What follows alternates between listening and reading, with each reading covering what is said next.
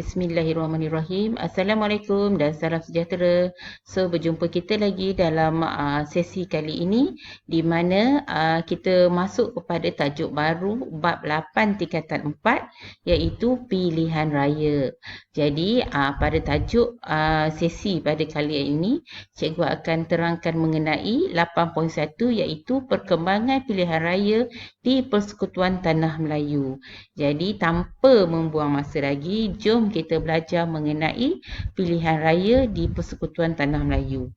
Okey, mula-mula kita akan lihat dahulu perkembangan pilihan raya di Persekutuan Tanah Melayu, di mana pilihan raya ni merupakan asas untuk berkerajaan sendiri.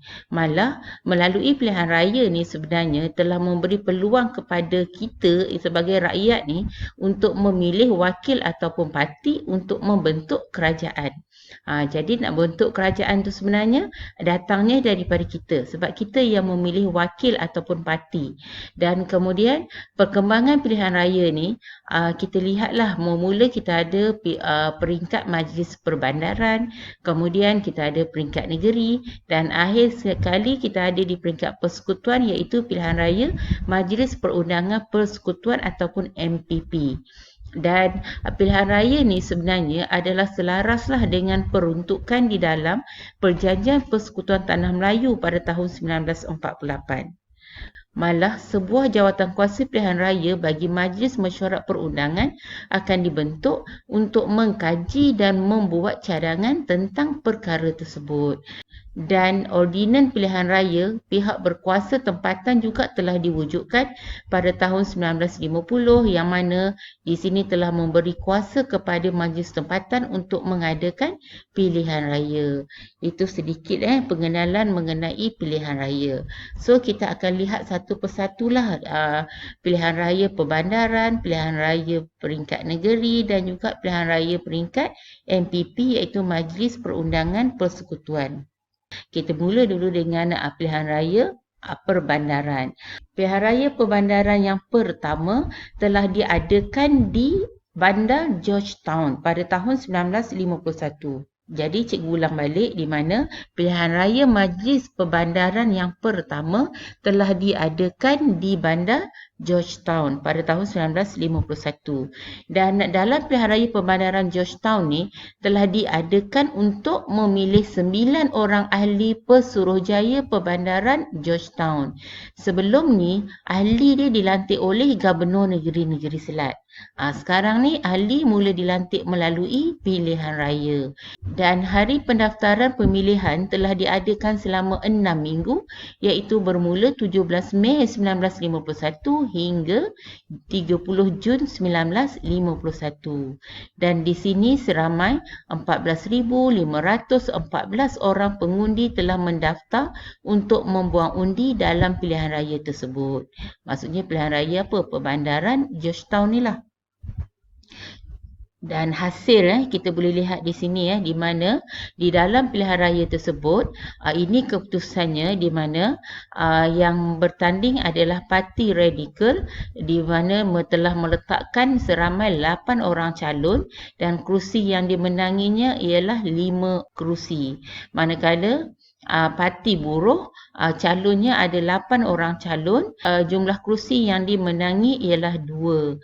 UMNO telah meletakkan 5 calon dan telah memenangi 1 kerusi dan calon bebas bilangan calonnya adalah 3 orang dan jumlah kerusi yang dimenangi juga adalah 1 sama dengan UMNO. Jadi ini kita kata keputusan daripada pilihan raya Perbandaran Georgetown pada tahun 1951.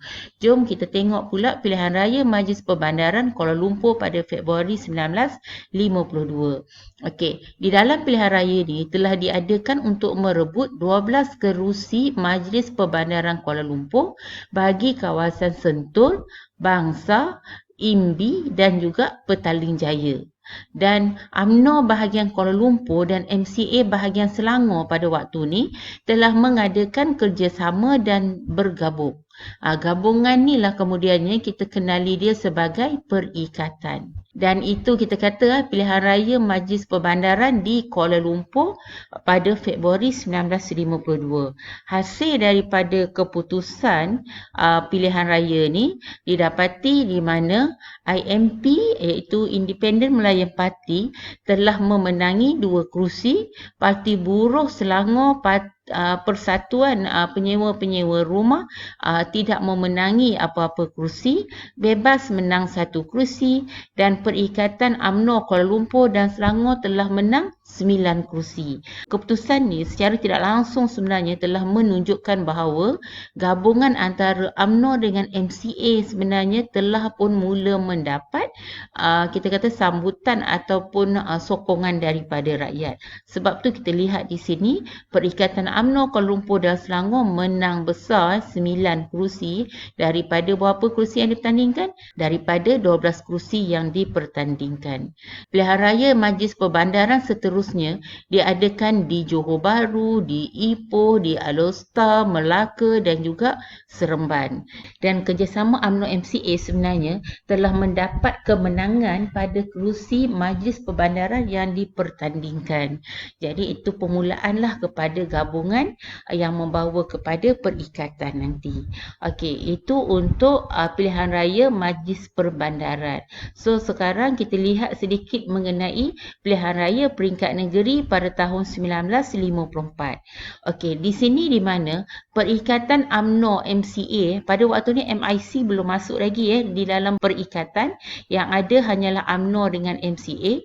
Di sini mereka telah memenangi 226 kerusi daripada 268 kerusi negeri yang dipertandingkan. Jadi menang majoriti dan menang besar. 226 daripada 268 kerusi yang dipertandingkan.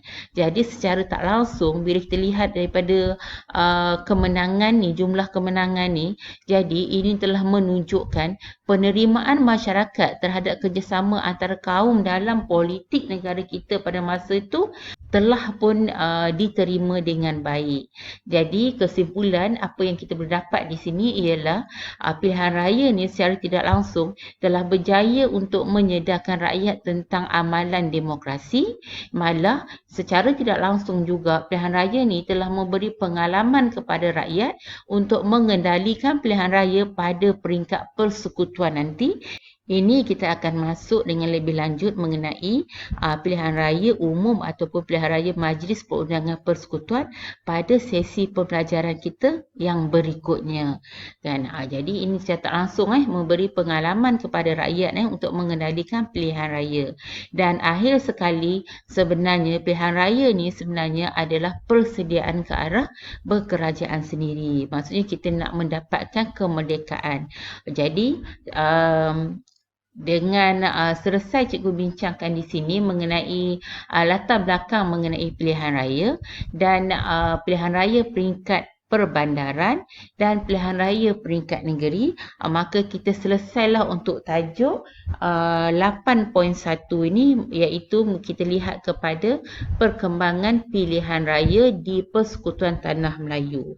Cikgu harap segala apa yang cikgu terangkan tadi, kamu dapat manfaat daripada situ dan cikgu amat mengharapkan supaya kamu dapat menguasai tajuk ni, dan usaha tu adalah tangga kejayaan kita.